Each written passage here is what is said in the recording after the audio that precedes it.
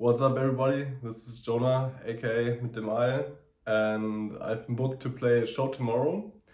And because I'm at this point basically procrastinating setting everything up, I thought I'd just make a YouTube video about it and show you guys a little bit of how I approach a set. So the basic idea behind the setup is I use the D-Tag as like my master brain for everything. It's like drum machine, a few short samples, MIDI sequencer, and also it's the mixer because the D-Tag got like in the last update or so the ability to be a 2-channel mixer.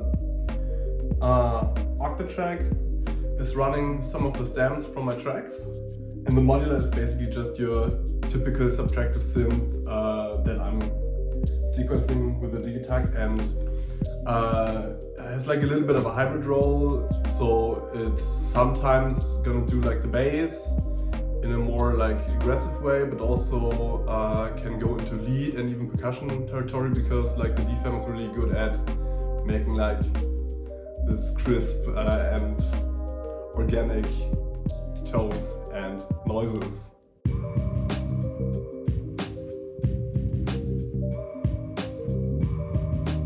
So my problem is I have an upcoming show tomorrow, and I've been booked to play at a software launch of a company that's like next door, and they booked me for a 2-hour set, and I've basically have a almost 1-hour set, so I need to figure out how to like double the length of my set in a day or so.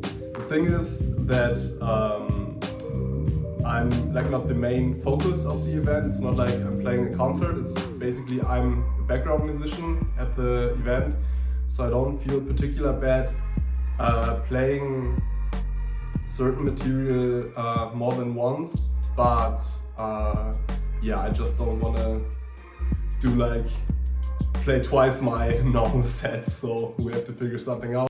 And I can use this opportunity to show you how I would prepare a song from the door to bring with me on stage and the way that I do it. So, taking a short walk in the park to clear my head. First rehearsal went kind of not so nice. I think the main problem isn't even the amount of material that I have, but the thing is I need a game plan for my set. Like normally when I only play like for 45 minutes or so, I can just like have 25 minutes of improvisation broken up by a short snippet of my songs, but here when I want to play 2 hours I need to make a plan for myself that I can fall back onto. I think this game plan would need to include some kind of set list, thinking about playing most of the time techno-ish stuff, but also broken up by like maybe 2 or 3 parts of like more ambient and chill stuff.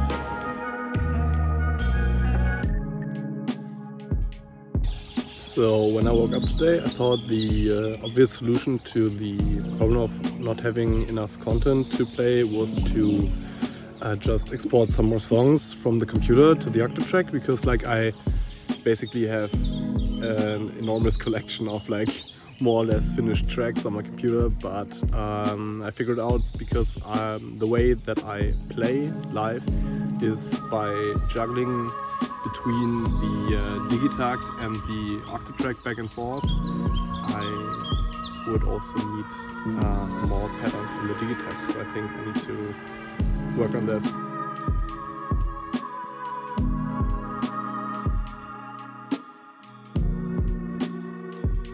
It was actually surprisingly helpful to talk my ideas into a camera, and just remember, if you are a creative, taking breaks is always part of the process, so don't get stuck with a problem, go outside, make up your mind.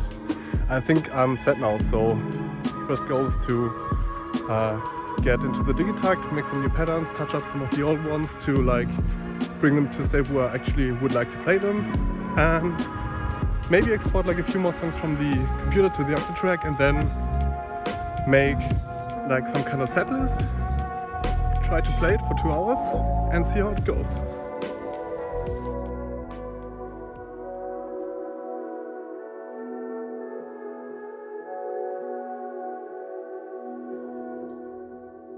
So back at my place, and I think I finally cracked the code. The thing is that with the Digitakt, I treated it most of the time as my safety net when I play solo sets, to like have everything kind of neat prepared on there, to just be to like turn up the levels and be set. But the thing is, if I want to have more time with it, I need patterns that are more playable in a way. So I already worked on the first one and gave it a lot more stuff to play with. So I set up fill conditions and also thought of the 8 voices more in the way of not one track, but more, okay, which are the elements that need to be steady all the time, that I need to rely on, and which are the sounds that I want to play with. So for example, I have like a voice sample that I just scrub through and want to play with the filter. And yeah, I think I need to build more patterns that are a bit more chill genre-wise, so I have something to get back from the Octatrack. If I play it like a more ambient or experimental thing, I then can't just go to the Digitakt and play like some house or techno. I need to have some equivalent to like navigate my way around. So I think I'm gonna build a few of those, and then I'm gonna head over to the computer and see what else I want to bring on the Octatrack. So I've already set up the Digitakt. My normal setup is like kick drum, kind of clap or snare, and 2 different heads on these channels, and then channel 3 is designated to the bass, and those are 1, 2 and 4 are like some whatever I feel like. So I think I'm just gonna create like a super short loop and also make the drum a little bit more rolly.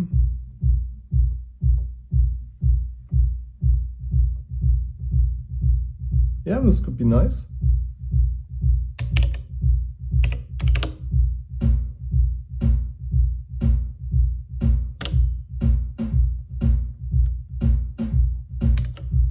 Turn on the filter on this one and not let it play all the time.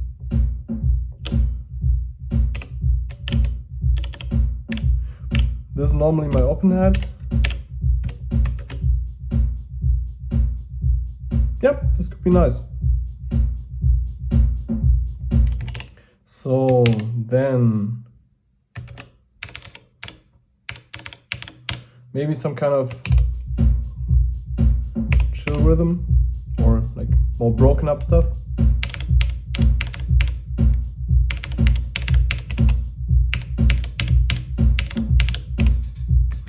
Yeah, let's just quantize this.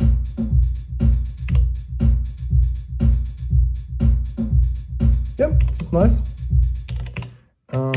Some kind of bass, let's go. Yeah, like some kind of 808-ish kind of stuff.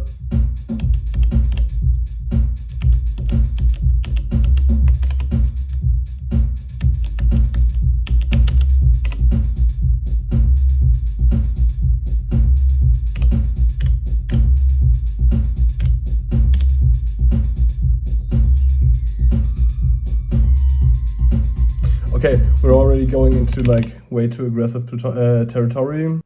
So we can make a drawn out vibe.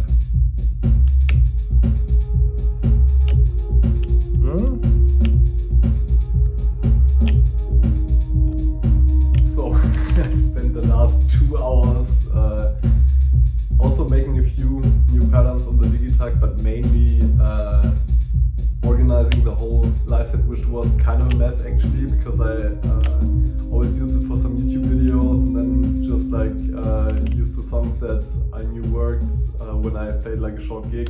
And now it took me almost 2 hours to like get everything into a nice state, and I haven't even put new songs on the Octatrack yet. It's only like got all the samples that are already uploaded onto it into shape, and roughly calculating with 5 minutes per song or pattern. Maybe I can play it a little bit longer. I'm at roughly 100 minutes, which is still a little bit short. And yeah, I think now I'll show you how I bring my songs from Ableton onto the Octatrack.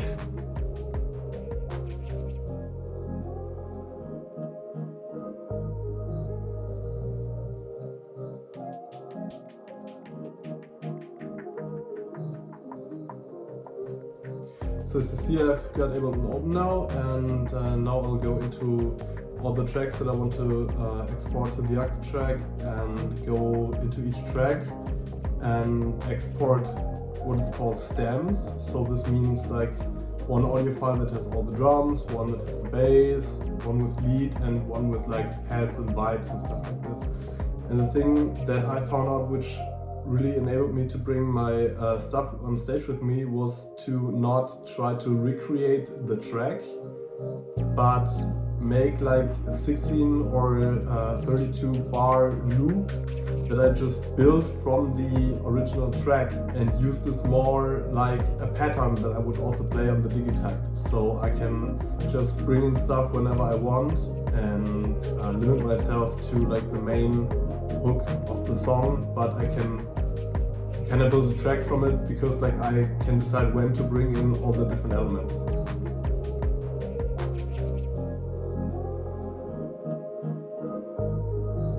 And the last step is, of course, setting everything up in the Octatrack. Like these loops gonna be triggered once by a trick at the 1, and you have to get them to the right length, so they play in a loop.